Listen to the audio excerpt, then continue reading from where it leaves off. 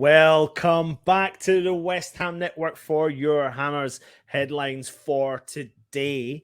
This is in association with the guys over at KUMB.com, and it's exciting times as a West Ham fan because we are literally waiting for the imminent signing of Scamacca. The Italian international is in London, has currently doing his medical, and he is literally getting announced hopefully today. West Ham social media, the West Ham official account is teasing the West Ham fans. They are putting tweets out left, right, and center, and each word that starts in the tweet is currently in the process of spelling Scamacca. We're now on to several letters, so it will be interesting to see when that is announced. Fingers crossed it will get announced straight after this video. Hopefully, of course, we put this out for you in the early evening. But we have plenty of stories to get through, so I will start with today's first story, and that is this player, Zielinski, next on our radar. Now, I did do a story in the West Ham Daily related to Kostic coming in alongside Scamacca, but could this player, this massive, with huge amounts of potential player come to West Ham? Now, West Ham apparently and Napoli are still far apart in the valuations for Piotr Zielinski, but West Ham could put on the offer to do the breakthrough amount that brings him to the club. Now, David Moyes is in the market for an attacking midfielder, and it looks like he is knocking on Napoli's door to try and bring in Zielinski. Now, the Serie A giants have been in talks over a move for the Pole, and West Ham have slapped in an official bid for him, according to reports.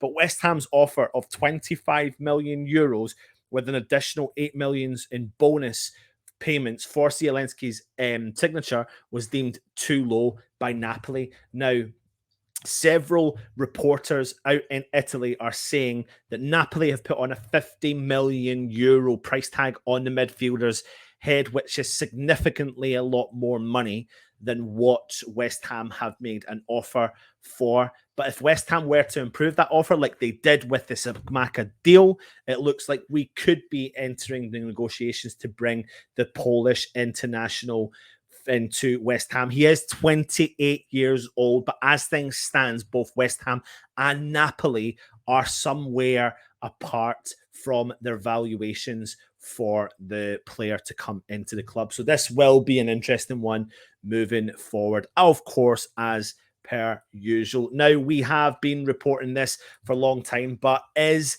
Blackburn Rovers attacker Ben Brereton Diaz still part of David Moyes' plans? Now, it was reported a long time ago that he would be coming to West Ham, or David Moyes was interested in the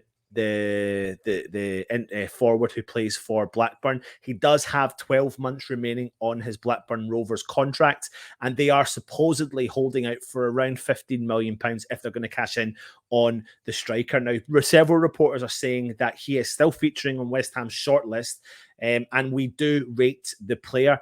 And it seems as if the deal could be viable for West Ham, even if we line up and have Scamacca over the line. And while he's predominantly a centre forward, he has also played several games as a winger during his career. He may be potentially viewed as a replacement for Yarmolenko, who left, of course, West Ham earlier in the summer. But the opportunity to sign Brereton Diaz, who's a versatile forward, could be too good for West Ham to knock back. He did score 22 goals last season, and a reduced fee as a result of his contract situation may be too good to turn down. So leave your comments in the comment section as we move on to the next story. And it is, of course, regarding another player who West Ham have been chasing pretty much most of the summer. But according to reports, this one is David Moyes' potential number one target, and he is still trying to convince Chelsea to sell Broja this summer in spite of the imminent arrival of Scamacca. Now, that is according to The Athletic Online,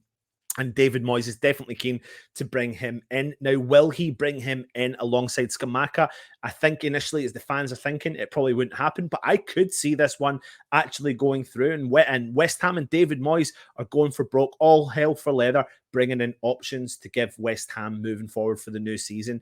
Now, if we can get him in, it looks like Chelsea manager, who has said he doesn't want to sell him, may demand at least £40 million for the young forward. And I can't see West Ham paying that amount of money, perhaps 30 million quid, but not 40 million quid. But he is 20 years old. He has got Premier League's experience. And a lot of people have said that he is absolutely an exceptional striker, and he is very lethal in front of goal. So he could be suited to West Ham style more than, say, Bertrand Diaz. And I think personally, I would rather go for Broja over Diaz. But you let me know in the comment section below what your thoughts are on West Ham potentially bringing in Broja alongside Scamacca. Now, next up, you could say this is a blow, but apparently Emmanuel Dennis's chances of playing Premier League football this season are looking increasingly unlikely. Now, West Ham have apparently been looking at the man from the moment that Watford got relegated, and they have put a £20 million valuation on him. Oh, bless me. That's what happens when you do these shows. So he's been linked to several Premier League clubs, of course, West Ham, and then recently Nottingham Forest. But it looks potentially like Nottingham Forest are pulling out the deal. And I wonder if West Ham may sneak in a cheeky bid to bring Dennis to the club. He has got Premier League experience. He scored 10 Premier League goals last season, playing in a really difficult Watford side that wasn't really creating many chances. So it's not a bad turnaround for a player playing in a struggling team. But I wonder if, because Watford do apparently need to sell, would West Ham put a cheeky offer in for Emmanuel Dennis? But I think there are other options out there that David Moyes wants. So maybe it's not so bad if we don't get Dennis over the line. Moving on to the next story, and that is about Aguerd. It's not great news, apparently, because he's had operation on his ankle, and he is going to miss the start of the season. He underwent surgery following which is what he sustained over 7 days ago with the friendly against Rangers, and it was confirmed by the club that he underwent the surgery, and he's set to continue his rehab at the club's training ground. Now, we have to hope more than anything that he has the ability, the strength, the determination to bounce back from this injury better than ever, a bit like the Zuma circumstances. So we just have to pray that he can come back, because he does look like a very, very good footballer. So fingers crossed he will come back and save our central defence. However, we do have a little bit of strength and depth in there, so it'll be interesting to see who actually starts for the Man City game. And last but not least, I'm going to talk to you about a new signing, when that is for the women's team. Now, they did announce that Flannery signed for the club earlier last week, Kira Flannery. She is a big West Ham fan. And it was announced as the 6th summer signing for the West Ham women's team. And she got a message from Declan Rice as soon as she signed, and she's now selected the number 41 shirt. And she played in her first game for West Ham as they ran out 5-1 winners against Billericay Town for their first pre-season outing this summer. And putting on the West Ham shirt for the first time as a player for the football club was an amazing feeling, she told West Ham. She says, to wear the number 41 on my back is something that I'm immensely proud to do. I might only have a pre-season game today, but it's a lot more than that for me. West Ham put in a good shift against the National League South side in what Paul Konchesky's first official match in charge. The squad have a mix of both youth and experience, and Flannery came off the bench in the second half to help West Ham seal the victory. She then went on to say it was a tough game out there because of how hot it was, and also because it's the first game back since the break. Towards the end, we started to find our rhythm and created more openings, and we got the result and wanted it in the end, and it was really good run out for us. It's exactly what we need at this stage of pre-season. You want to be tested physically. Now we will recover over the next 2 days and get to go again on Wednesday at Enfield. Paul Konchesky's side make the short trip north on Wednesday evening for their second pre-season outing, and Flannery is hoping to make another positive impact on the pitch. She said it's another chance to get used to the standard here. It's really a learning curve to play and watch the players we have at the club. It helps you to improve as a player.